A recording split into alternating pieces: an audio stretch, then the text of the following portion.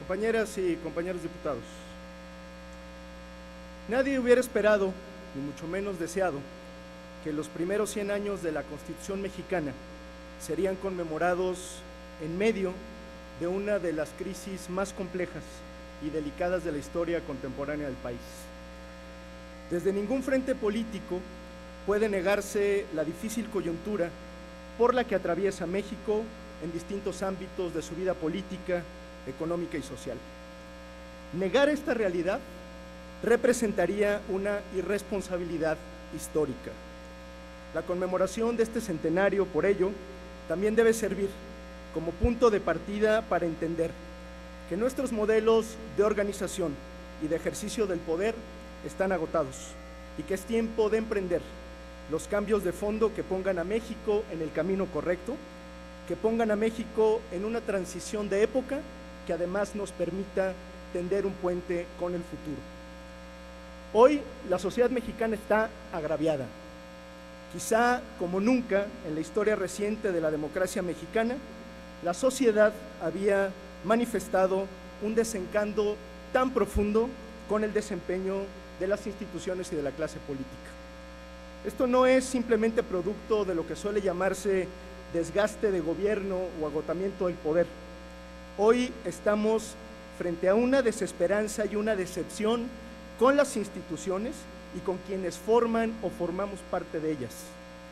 Observamos los peores niveles de aprobación que ha tenido un presidente de la República en las últimas décadas, pero también observamos el profundo rechazo a las instituciones representativas como este poder legislativo, los gobiernos y congresos locales y las instancias encargadas de trasladar la voluntad popular al ejercicio del poder, es decir, los partidos políticos. No estamos ante simples casos de desprestigio producto de ciertas coyunturas, sino ante la frustración y la desesperanza de los ciudadanos. Este desencanto y sentimiento de agravio evidencia una grave descomposición en la relación entre ciudadanos y autoridades, por la generalizada decepción frente a las expectativas no cumplidas, por la corrupción todavía impune, por el despilfarro de recursos públicos, por instituciones que han demostrado su incapacidad ante los retos que les impone la sociedad y la realidad. En la conmemoración de este centenario, no podemos perder de vista ni olvidar que durante las últimas décadas, la clase política en muchas ocasiones ha dado la espalda al sentir de la población y a sus exigencias. Si una constitución es el punto de partida sobre el cual se fijan los anhelos y las aspiraciones colectivas de los ciudadanos, mismas que el Estado debe defender, hoy debemos preguntarnos hasta qué punto hemos sido capaces de reflejar en la Constitución y en la práctica los deseos y las aspiraciones del pueblo de México. Por ello, en esta conmemoración, a nadie debe escapar que gran parte de la desesperanza y de la decepción con nuestras instituciones públicas es atribuible en gran medida al fracaso y a los errores en la implementación de las llamadas reformas estructurales. Por ejemplo, una reforma educativa que generó confrontación y crispación social antes que una transformación del sistema educativo nacional. Una reforma energética que ha sido profundamente ineficiente y decepcionante incluso para sus propios impulsores. Y una reforma fiscal que no ha servido para emprender, redistribuir la riqueza y combatir las desigualdades. Estas reformas estructurales deben llevarnos a preguntarnos si se está haciendo lo correcto, si se está enmendando la Constitución con miras a un proyecto de nación incluyente, exitoso y democrático, o si la Constitución en realidad ha sido objeto de un manoseo por parte de los poderes fácticos e intereses particulares, abonando a la ruptura entre los anhelos de los ciudadanos y sus propias instituciones. Esta sensación de agravio y de decepción de los ciudadanos también es alentada por la difícil situación de la economía mexicana y las finanzas públicas. Y es que a pesar de que tenemos una coyuntura económica desfavorable en términos de crecimiento, de tipo de cambio, inflación, inversión y salarios, se sigue gastando mal y se sigue derrochando el dinero público. Nada de esto contribuye a la construcción de confianza. Por el contrario, alimenta el sentimiento de frustración y agravio de los mexicanos. Por más trivial que suene, no es posible seguir teniendo un gobierno y una clase política privilegiada mientras se le sigue exigiendo a la gente apretarse el cinturón. El contexto económico será cada vez más adverso. Cambiarán los paradigmas en materia económica y estamos obligados a cambiar la forma en que se ejercen los recursos públicos.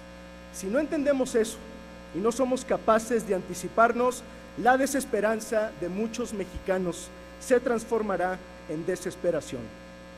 ¿Qué hubiéramos hecho? Que hoy es la pregunta retórica recurrente.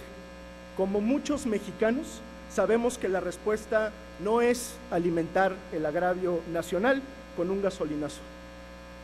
La respuesta, la hemos dicho una y otra vez, hay que eliminar el gasto que ofende a los ciudadanos y que es superfluo, como la publicidad gubernamental, los seguros de gastos médicos privados, el financiamiento a los partidos políticos, los bonos extraordinarios, las pensiones expresidentes y tantos otros gastos que mantienen al presupuesto sometido a una inercia de derroche y que sigue erosionando la legitimidad de nuestras instituciones.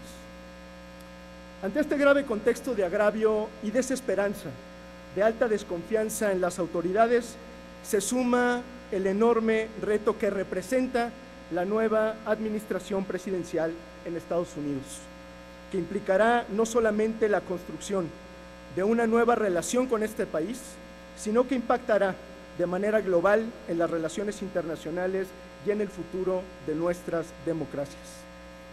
La llegada de Donald Trump a la presidencia de Estados Unidos representa uno de los mayores desafíos en la historia de nuestra relación bilateral.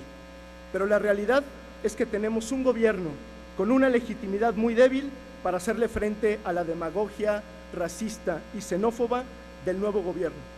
La realidad es que tenemos una relación casi de dependencia que no será fácil de modificar y nos obligará a diversificar nuestras propias relaciones. Afortunadamente, las ideas y propuestas para hacer frente a este reto han sido múltiples y han provenido de distintos sectores y liderazgos del país.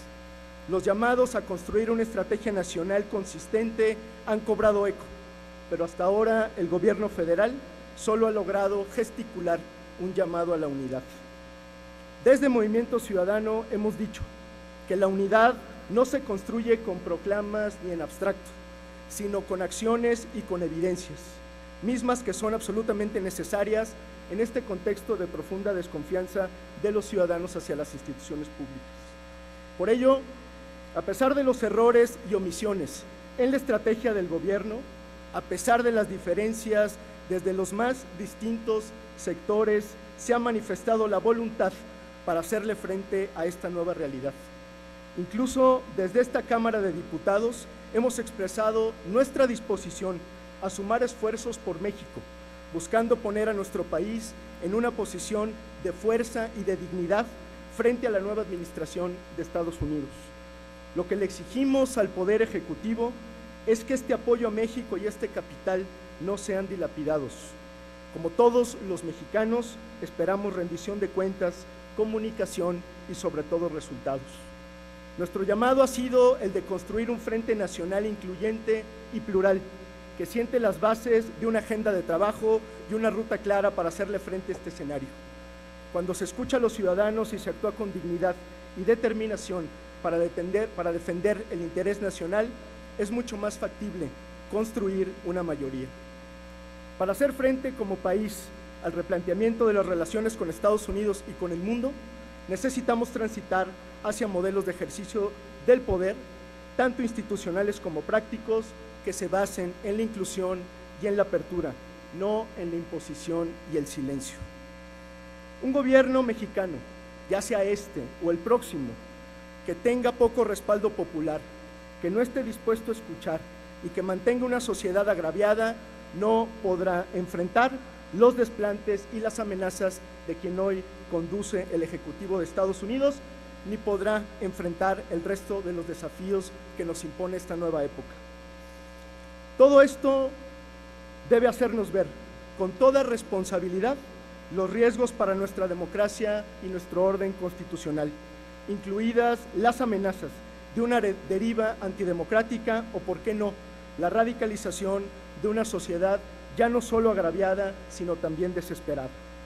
El gran reto que tenemos en este centenario de la Constitución es el de entender que la transformación de la vida pública no puede esperar más y que las soluciones para enfrentar estos desafíos deben ser mucho más grandes que nuestros problemas.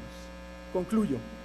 En Movimiento Ciudadano hemos dicho que la pregunta que nos debemos hacer no es en qué está fallando nuestra Constitución, sino en qué han estado fallando las personas que detentan el poder y que han puesto sus intereses particulares por encima del interés público.